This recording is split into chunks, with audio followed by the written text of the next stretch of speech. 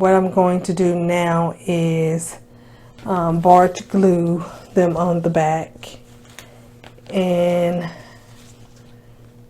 place them onto the sole of the shoe. I'm going to put barge glue here and glue them down overnight.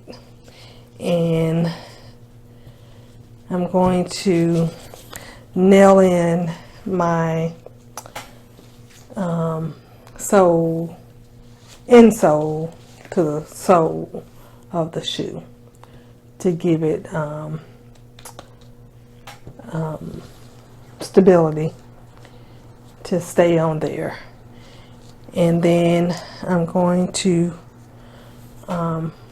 place my brand name label onto the sole, and that will be it, guys.